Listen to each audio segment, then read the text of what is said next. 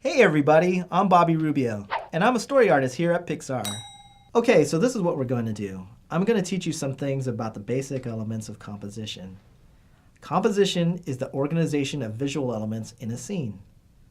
We'll focus on how we use these visual elements like line, shape, space, tone, movement, and color to convey meaning and to express emotions in our stories.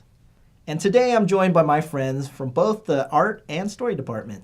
Hi, my name is Scott Morse. I'm a story artist. I'm Albert Lozano, and I'm a character art director. I'm Michael Yates, and I'm a story artist. My name is Daniela Strizleva, and I'm a production designer here at Pixar.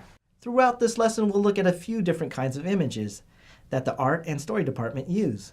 Storyboards, beat boards, and concept art. Storyboards are quick drawings representing a frame of the film. We put them together and play them in sequences to visualize the film before we start doing any fancy computer graphics. Beat boards are meant to capture beats, those key moments in your film that we discussed in the last lesson, and convey critical story points. Concept art also captures key moments from your film, but this art is usually more polished, done in full color, and meant to express how light and color will be used in each sequence in a film.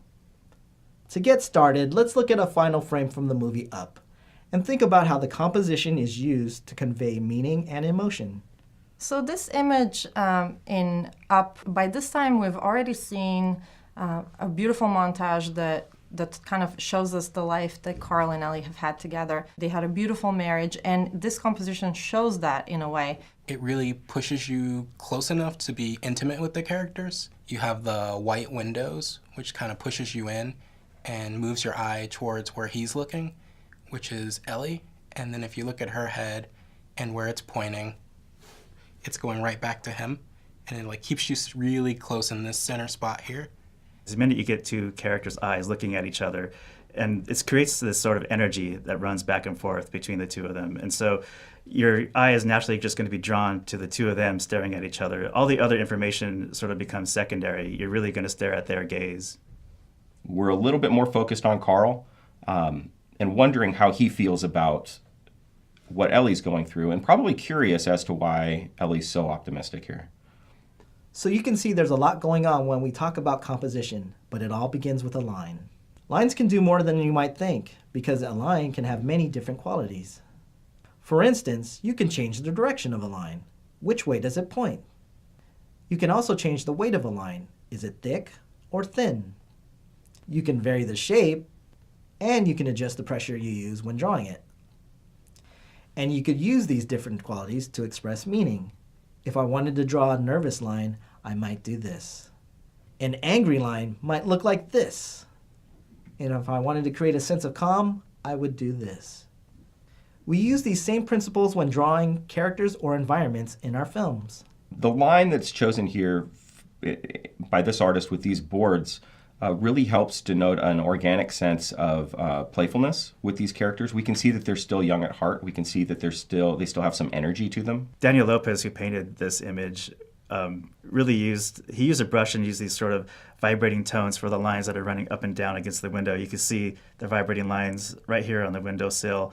And that sort of vibration was meant to just symbolize energy outside and up. Sort of like Carl is focusing on Ellie, but she's looking out the window still. She's almost telling Carl, there's still a lot of life out there. There's adventure to be had no matter what, even though I'm sick here in bed. Now in this drawing from Cars 3, line is used in a slightly different way. But when you look at the character, when you look at Lightning in this drawing, his line, even though it's rough, really conveys a sense of motion and a sense of emotion in that he's scrambling. He's really feeling uncertain, and he's digging harder and probably making mistakes in his own mind. We wanted him to more than likely feel off balance and feel a little bit scattered. You know, you'll see doubled up lines, tripled up lines. You look to Lightning first because of this. You look at how much energy is happening around him. It gives a sense of vibration and a sense of movement. I really like this picture of Merida because if you think about her character, when you look at this drawing, you know that right away, just from the way that her hair is drawn, that she's a character that can't be contained. She's kind of seeking freedom, and even if you don't know the story, you might figure out that she's someone who is a little wild, a little hard to tame, and someone who's looking for her own way in the world. So to me, all of these, even just the way that her hair was drawn really represents that. Yeah, so one of the interesting things that I got to work on was the abstract thought sequence on Inside Out, where we turned the characters basically just into line.